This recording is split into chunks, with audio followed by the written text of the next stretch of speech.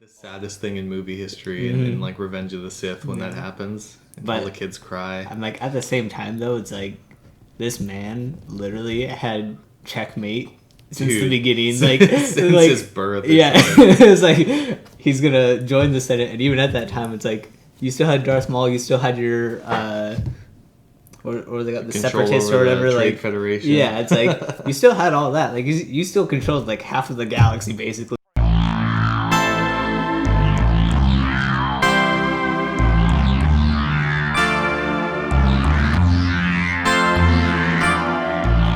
Welcome to the state of the game. This podcast is what it is. A gaming culture podcast in which we discuss things. I hope you enjoy, but not too much.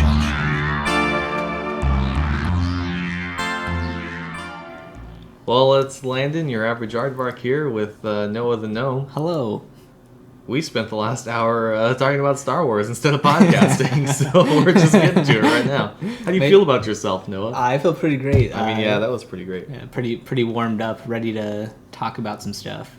I just like Star Wars so much. How can you not talk about it? I mean, I don't know how people can't talk about it. Man, if you're not talking about Star Wars right now, you're lame. That's all I have to say. Whoa. We don't want to alienate anyone. I do. Love Star Wars or else. Do it! All right, well, let's get into the news. Well, I read in the news this week, Noah, that India banned PUBG Mobile Really? and a bunch of other apps like TikTok because they're afraid that China is stealing information through those apps, which is probably true. Let's be honest. They're probably stealing information Probably through every true. single app It's fine. Everyone does it. because they make them. Like they make all these mobile apps. Like, I mean, China as a country doesn't make them, but people from China make the apps. So therefore, China as a country makes the app. No?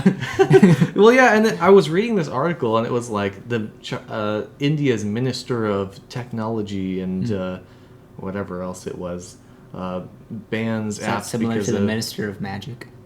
It is, except replace magic with technology because Got we it. only believe in science. I believe in science. Only believe in science.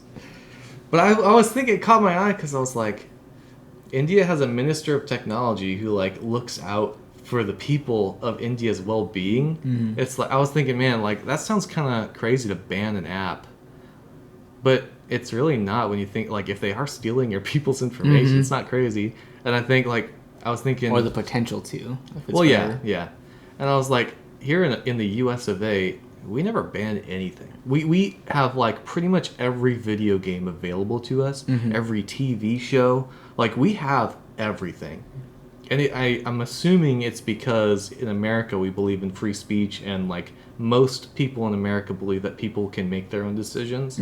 So it's like, hey, if you want to get your information stolen, and you know, if you want to pirate DVDs and download viruses, you go right ahead. Yeah. And that's really great. But like, it might also be nice to have someone who says, hey, maybe AI is not a great idea. Yeah. You know, like, Someone where's to- our Minister of Someone to Technology? pump the brakes on bad ideas and bad Yeah, dude. technological advances. And yeah, I think that's a great idea. And also, I looked it up. I was like, do we have a Minister of Technology? And we do have a Minister of Technology. We do? Yeah, but he has like a little one-sentence description on the U.S. Department of the State Department or whatever it is. And it's like, my job doesn't actually exist. it's like this guy, and all he does is like look over policies that Congress interesting. makes about technological things, which, you know, I'm sure is a really important job, but they really don't emphasize it on the website. It's like, it's basically just a lot of reading. placeholder. Because we had to hire a Minister of Technology, I really feel like that's how the U.S. does it. And I'm really glad we're not like Australia, where they have like one video game a year that they're allowed to have. Wow. And like Russia or like North Korea, obviously, With where they really probably have harsh like, bans. they probably have Call of Duty in North Korea, but it's like Kim Jong-un is everybody. He's like all 5 heroes on your team. That would be great. My team is stacked, bro. I got 5 Kim Jong 5 Un. Kims. I mean, that would be a pretty great team if you're in North Korea. But if Kim Jong-un leaves North Korea, he's probably not too great to have on your team. That's probably true. Yeah, so should we ban more stuff? I mean, I don't know. I don't think we should necessarily go around just banning things willy-nilly, because some of it is politically based. Like I know, like with China, like more communist countries have those harsher bans because they really try to just regulate their own society and make sure that they're pumping their own products as opposed to getting their outside influence. So I don't think we should go around just banning stuff, but especially like video games, it's like if it's for a console or something, like for like a wide market, it's probably safe. Obviously there's we have a whole rating system on to determine, hey, little Timmy can play this game, or hey, you probably shouldn't be playing this game around Which other people. No one pays attention to, by the way. Yeah, there's 5-year-olds on COD. But you know what? That's because that 5-year-old's parents said, you know what? We don't care if little Timmy plays this game. So there's a way of going around it, but and a way of enforcing it. So it's really just parental decisions. It's your own adult decisions. When you're 17, you say, yeah, I'm going to play Doom because I want to rip some demons in half? Or do you say, hey, I still enjoy Pokemon, so I'm going to buy the new Pokemon, like, sue me. So I think it's very just opinion-based that you kind of get to decide that. But for, like, mobile stuff and, like, stuff that uses your phone and your apps, and I always get little notifications downloading something, oh, this wants to access your contacts. It's like, why does, what's it called, Candy Crush, like, for example, I don't know if it actually does. I don't read the permissions. We're gonna get sued for sure. Yeah, I don't read any permissions on most apps I have, but if it's like, hey, it wants to access your Facebook account because you want to post to Facebook, it's like, well, why does it need my Facebook account to play this game? And same with like Facebook, where it's like it has all your different contacts and stuff, your friends list. It has advertisement opportunities sent to you based on the likes of your account. So there's a lot of contrast with what we're allowing different apps and different companies to have access to. I think where I'm landing on this is that if it's a national security issue, you should probably take care of it. And it sounds like India's making it a national security issue. Like, if another country is trying to spy on your country's residents using an app, which is not proven or anything, it's just suspected by India's Minister of Technology. Mm-hmm. But if it was true, if you thought it was true, you probably have the responsibility to get that out of there. So that's one thing. But if an app has the potential to, like, if it's made by someone that might be suspicious, like, I think I like the system that we have with maybe a little bit of adjustment of like, hey, maybe the Minister of Technology's responsibility should be less about approving like laws and policy and more about like, let's warn people about what they're getting into. Mm-hmm. And especially because games are a huge thing now. Like, it was like, I was reading some statistics that was like 80% of all people in the world play games of some, like video games of some sort. Yeah. And it's like, yeah, warn people about like, you may die because of this. Like, you know, you go into McDonald's, it says there are products in this building that can cause cancer and reproductive harm. It's on the sign. You can choose whether you go in or not. Everyone still goes to McDonald's. You know, this is probably already happening. It's probably in those terms of service that I never read. Yeah, that no one ever reads. Yeah, but maybe the U.S. should enforce something that's like, you know, your information's very vulnerable if you play PUBG Mobile. Mm-hmm. And, but hey, it's still your choice because you're an American and you're an adult. And if we tell you what to do, you'll never learn to be an adult, make your own decisions, and think critically. Mm-hmm. So, hey, I don't know. Yeah, well, I think that kind of ties back to on the mobile market, how there usually are permissions that it'll ask you. Sometimes it prompts up, or sometimes you have to find it in the fine print.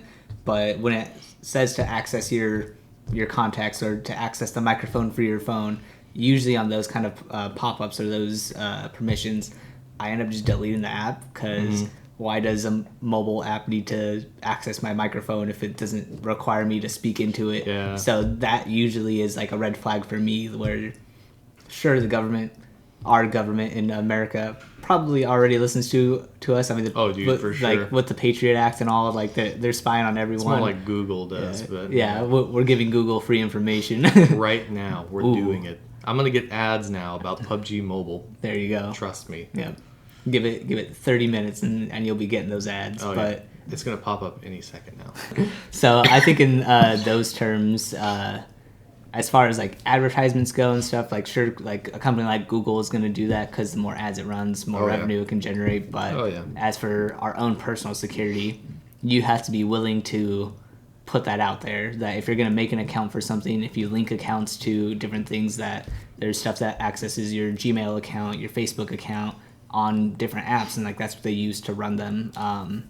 Like with the Google Play Store, it's like you can link either or, and so you have to be willing and able to understand that, hey, my information is going to be shared, whether it's to other companies that are going to try and send advertisements your way, or to the company themselves, and they're secretly keeping notes on you and how you've reached level 900 on Candy Crush. Wow, that's impressive. So I think it's very, again, in America, very opinion based, where you have to kind of just be willing to say, hey, do I care enough about this issue, or do I just want to play this game or just use this app, whether it be TikTok, Instagram, Snapchat, Tinder, like whatever information you're going to have out on the internet, you're either going to say, hey, it's going to be there anyway when I use this app, or you're going to say, hey, maybe I'm not going to use this and try and protect myself from outside influences.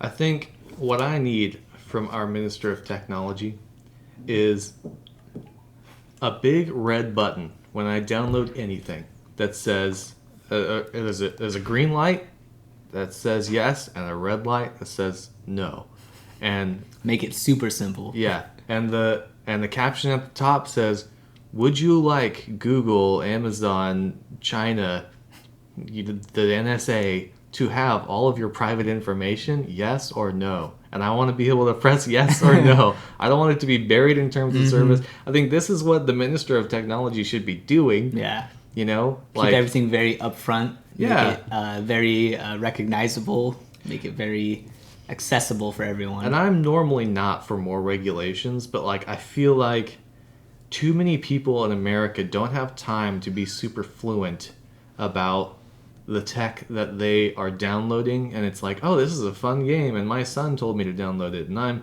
a 60-year-old grandma, because that's the majority of mobile game players. They're all playing Candy Crush and Words with Friends, and letting China have all their information. Or just spreading so many They just want the new high score. Yeah, man, but they don't know, you know? Yeah. Like, and I have the tech fluency of an 80-year-old grandma, so it's like, please, just make Google give me a better, like, option, because they hide it, you know? It's like, do you want location services on? No, because I don't want you tracking me. But then you can't use our app unless you have location services on. So it's like, okay, well, I guess I gotta be tracked. Yeah. You know, it's not clear enough. None of it is. It's all clouded in the dark side. But speaking of tech fluency, let's move on to our topic. Tech fluency in the coming generations. When I was a kid, I had a Sega Genesis. Wow. My grandpa gave my dad a PS2 when I was like 10. That was awesome. But that was the extent of my, I think, my technology. And back then, we didn't even have, you know, internet gaming. I mean, you could play multiplayer, but my parents didn't know that was a thing, and I didn't know that was a thing. They didn't pay for the extra attachments and and adapters dongles, to make sure that you can make it work. Yeah. No one pays for those dongles when you're 35 and your kid's 10 and you just want to play Guitar Hero. I was not connected to the web until I was in high school. And I was 15. I got my first flip phone. It was beautiful. I could text girls the alphabet. No, it wasn't. I had one that was like the knockoff Razor. It was like a Motorola, but it was like slightly thicker, but it still had like that little bump at the bottom where like the flap of the top part like could fit in smoothly. Yeah.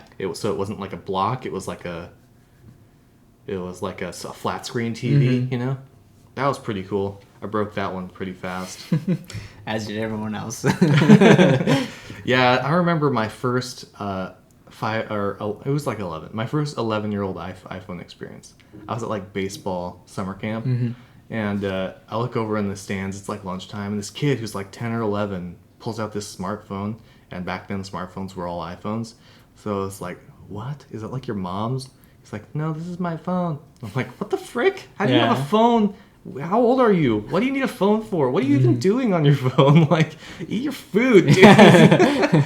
Get outside and play regular games. Yeah, dude. I was like, And now there's so much more trouble you can get into on smartphones as a child. We were just talking about some of it, but all those in-app purchases linked to mommy and daddy's accounts that a kid's not going to understand that this is real money. My brother did that.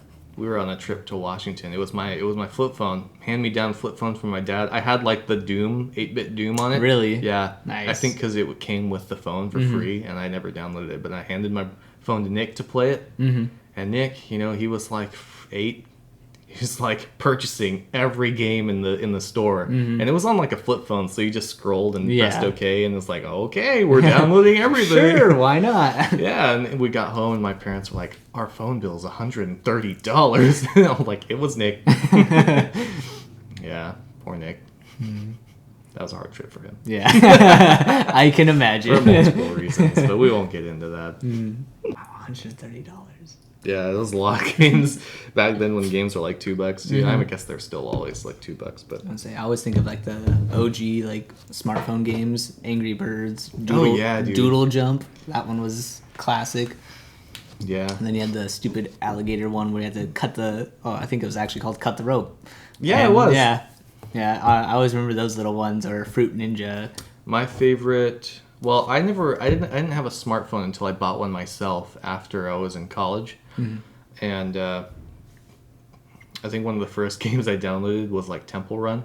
Yeah. Because of like my high school longing just to have it. That, and I played a lot of COD Zombies on my friend's iPod Touch in high school. Man, that was fun. Yeah, but enough nostalgia. Let's talk about today. My wife is a teacher, and she did home visits before the school year started. And, she teaches a bunch of rich kids right now because that's just the school she's at. And she goes in their houses, and they all have like their own PCs to play games on. They've all got tablets, and even most kids who aren't rich have tablets now. You could be middle class. All your kids have tablets and iPhones, and nobody has iPods anymore, huh? I don't think so, because everyone can just use their phones now for Spotify, Apple Music, whatever it may be. Yeah.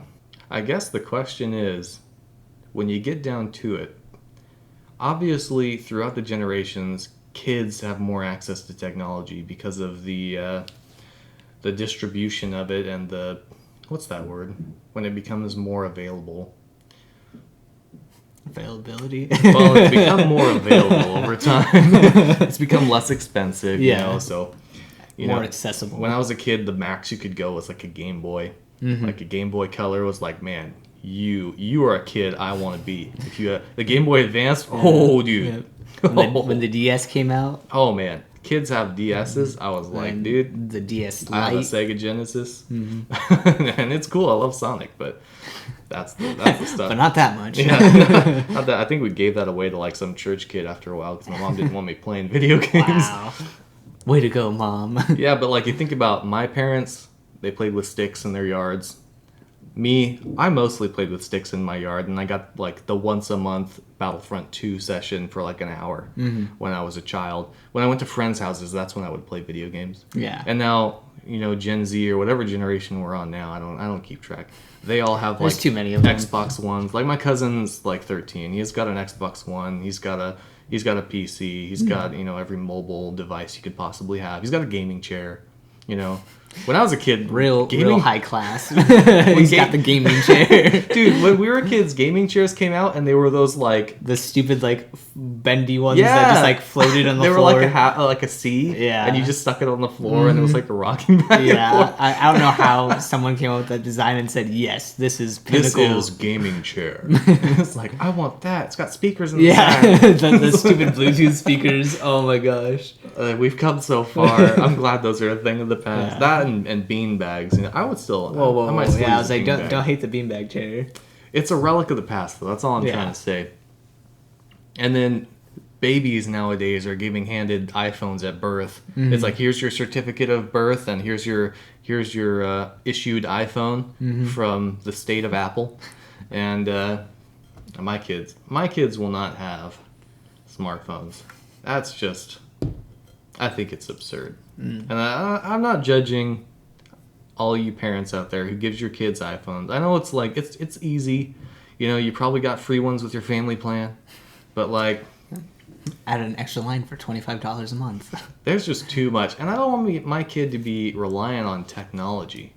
You know, like a lot of kids nowadays can't last 5 minutes without their phones, and I'm not opposed to technology. I guess the root of my musings have become: are kids gonna become more and more technologically savvy, and not in the way of like, here, let me help grandpa work his iPhone and set up his voicemail, but like, are they going to learn coding and computer science? Are they going to learn how to like create servers and virtual machines? Is every kid like because when in my day in second grade, all the kids were gathered around with their Pokemon cards in the schoolyard trading around. Now is it like kids coming around with their hacker iPhones and like jailbreaking their friends' stuff? They're like, here's this torrent, go on the dark web. Is that like the club nowadays? Oh yeah, you better believe it. But I think there's still a niche for that as far as like a broader spectrum, because like you said, it's like any old kid can help set up their like voicemail or set up their like app account, whatever it may be. But I think because that's more generalized knowledge now, but Yeah. I think it's still a smaller group of kids that would actually want to go into coding, into programming, into that deeper route for IT, just because they've made technology easier to use throughout the years, that it's becoming less of a task to actually be good at using technology in most cases. So since kids are being introduced to that easier, more accessible technological format, that it's going to hinder further progression unless they actually go into a field that requires them to study and learn more technological ways. That's a really good point. So I think just the simplification of it is going to make it harder for them to become more knowledgeable. Because when it gets to the point of like, oh, do you try turning it off and on? Nope. Well, I don't know how to help you. And then that's the extent of their knowledge. That's going to be an issue later on, because then it's going to really make it a struggle for people to actually go into a career for that and to then make further advancements for people. Because how far do you go where simple is no longer simple and you have to make it more simple so that way people understand it better? It really is nerds rule the world from here on out. Mm-hmm. There's these two divergent paths that like you said, the people who aren't super interested in learning, they keep taking the easier and easier route over this way, and the people who are really into the tech go this way. And it's not like the next gen become like every kid is an IT guy. Mm-hmm. It becomes more of like some kids are making the stuff and some kids are consuming the stuff. And that's almost kind of scary, you know, because we're becoming more dependent on tech as the days go by, and we just witnessed the Neuralink. That's the Elon Musk thing, right? I don't know, Bro. That's scary. That's scary stuff. The Neuralink. Okay. I don't know all the details, but I do know the general concept is they put an implant in your brain that makes it so that you are connected to like the web. Not like you can Google search stuff, but like they can like put software in, and they can like the Matrix, like download kung fu moves and stuff. Ooh. Like that's basically what's going on. The purpose, like the excuse, as I would say, for this kind of technology is that we can help fix depression or like mental illness by you create a computer artificially program augmenting someone's brain. Yeah, or you can make the Sounds horrible. Neuralink. You can like stimulate certain chemicals in the brain. Like you can make the brain do things through an outside source that the brain cannot do on its own, which is really cool, you know, because like my grandpa has Alzheimer's, like maybe give him a Neuralink and, you know, he can remember stuff now. That's awesome. But then again, what happens when he gets a virus in his brain and now he's dead because, you know, he doesn't have malware protection? Like, this is scary stuff. Yeah. And I think it gets even scarier when you think all the people who don't know tech just think that's a cool thing or that's a scary thing, and one way or another they either get it or they don't, but they don't understand it. and then the people who control it are the only ones who know how it works.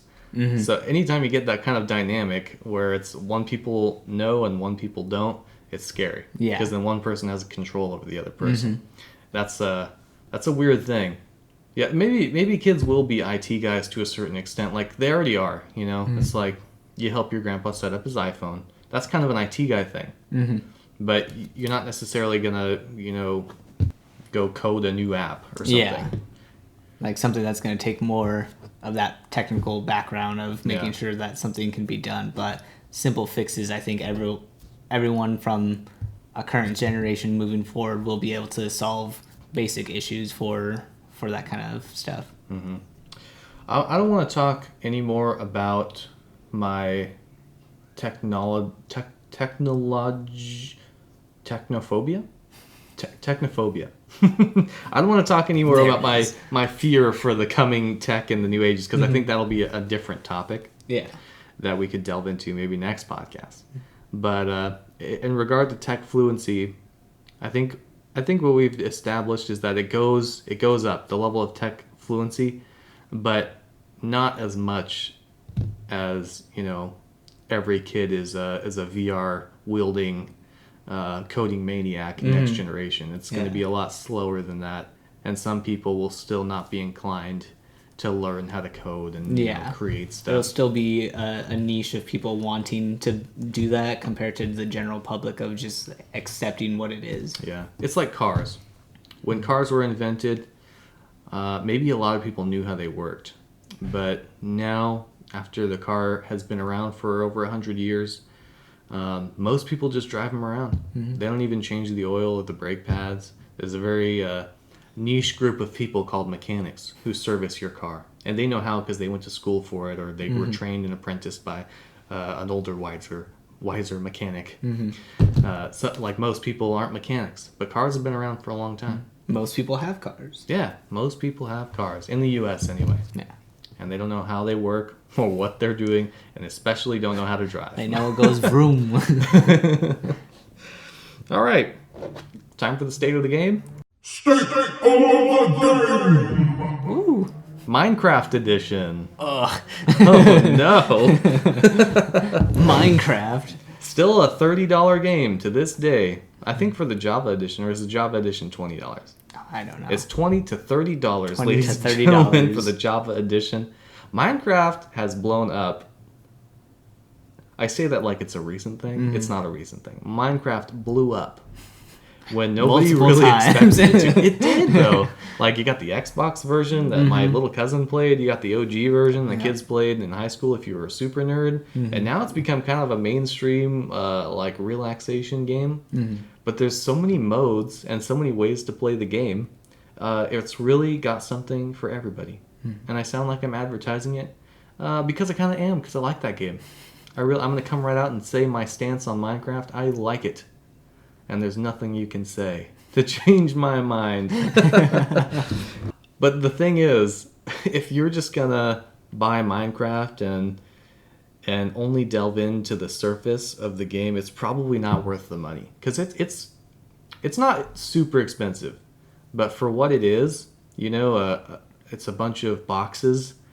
And there's no real instructions when you enter. It's just survive, you know. Just and there's creative mode and survival mode and all these different modes now. But the base mode that you start in, survival, you can do whatever you want. And that's almost an argument for paying more because you have so many options. But it's also, if you are not going to take advantage of those options, you'll be sorely disappointed in your purchase. Yeah, it'll feel like a waste of money if you don't know what you're doing.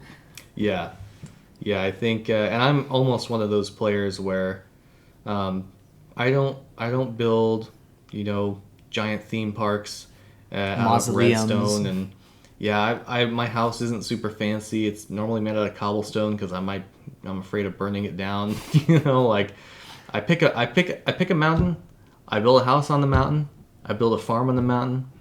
As soon as I'm self-sustaining with my farm, my cows that I brought from yonder, I'm good to go. I stopped the game at that point and I started New World because that's all I care about. I'm not becoming a simple man on his on a simple mountain, and that's good enough for you. Subsistence life. And that's all. Because the thrill of it for me is the survival part, and as soon as I don't have to survive anymore, it's the thrill of the game is gone. But there's those people who create worlds and storylines, and now you can have multiplayer realms.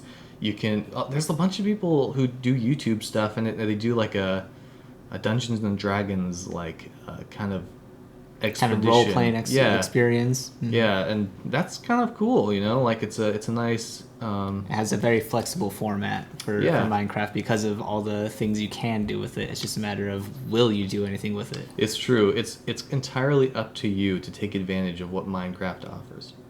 And Noah, I know that you have never played Minecraft because you think it sucks. Well, I don't think it sucks because I know people like it. But for me, when Minecraft first came out, this was like in the middle of Call of Duty and Halo and me still loving Pokemon. And so I saw this new game come out called Minecraft, and it looked terrible. It had worse graphics than everything else. It had more barren landscapes than everything else, and so I know over the years there's been plenty of updates, expansions. You can have shaders on the right settings to make it look like a really great and beautiful game, but for me, Minecraft still, no matter what, will always look like Minecraft when it first came out. In my head, I just have that stigma of, oh hey, I'm gonna play this game that looks terrible. You mean I'm paying money for blocks? Yeah, it went for a retro aesthetic, which I love. 16 and 32-bit games, like they always look great, that retro aesthetic.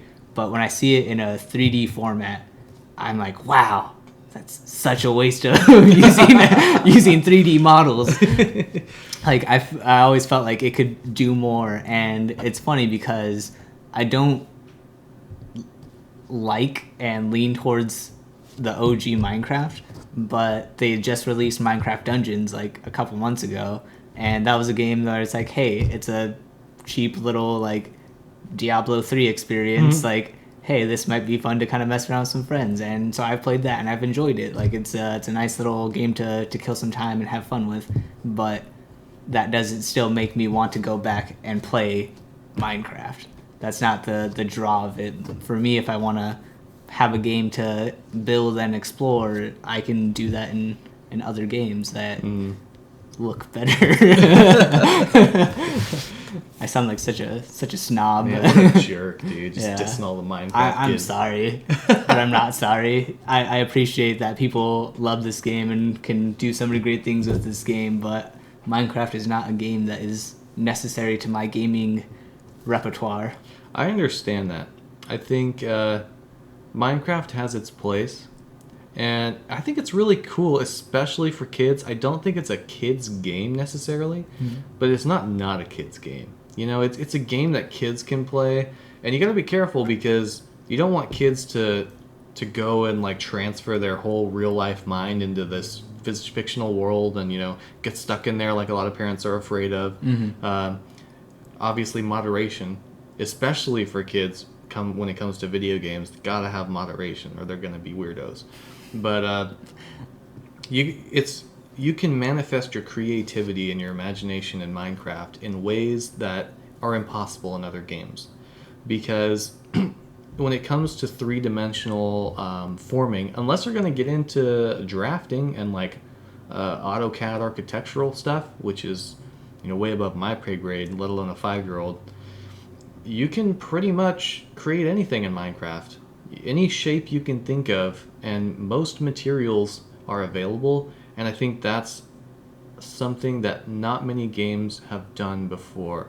It's when you think of a sandbox game, there is probably nothing that compares to Minecraft, because it's almost literally dropping you in a sandbox where you can't do anything. It's its own world. Yeah, especially in creative mode. For kids, that's so cool because they can learn that if I can think of something and I can learn how to put it into practice, that's really great for creativity and for skills in general in life, you know.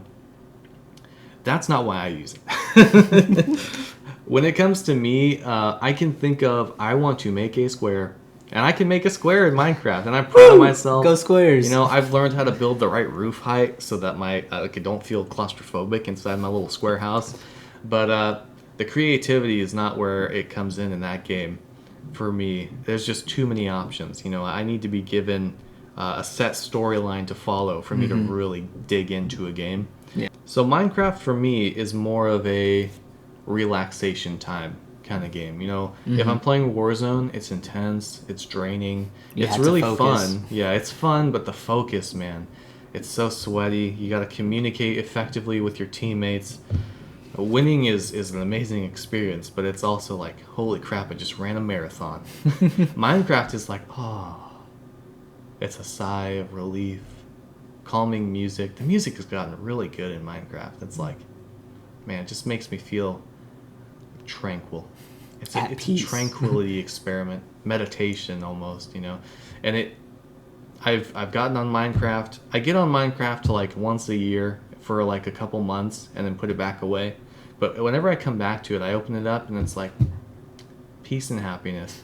And I just sit there and for the next 5 hours, just make your little farm. Yeah, I just lose time in the real world. It sucks me in, and 5 hours later, I've got a house and a farm. And I'm like, oh man, that was fun. All right, back to Warzone. You know, it's like, it was definitely worth the investment for me because it's a game I keep going back to for those tranquil experiences. And there's not many games where you can have that experience as freely as in Minecraft. There's a lot of those games that are like, you know, ASMR games or like games where it's just a story game where you walk around and pick up clues and stuff. But in Minecraft, the story is your own to create. And you don't even have to have a story. You can just be like, I'm just chilling. I'm just gathering some pigs over here and whacking some chickens. You know, I'm just hiding from some zombies, building a fire.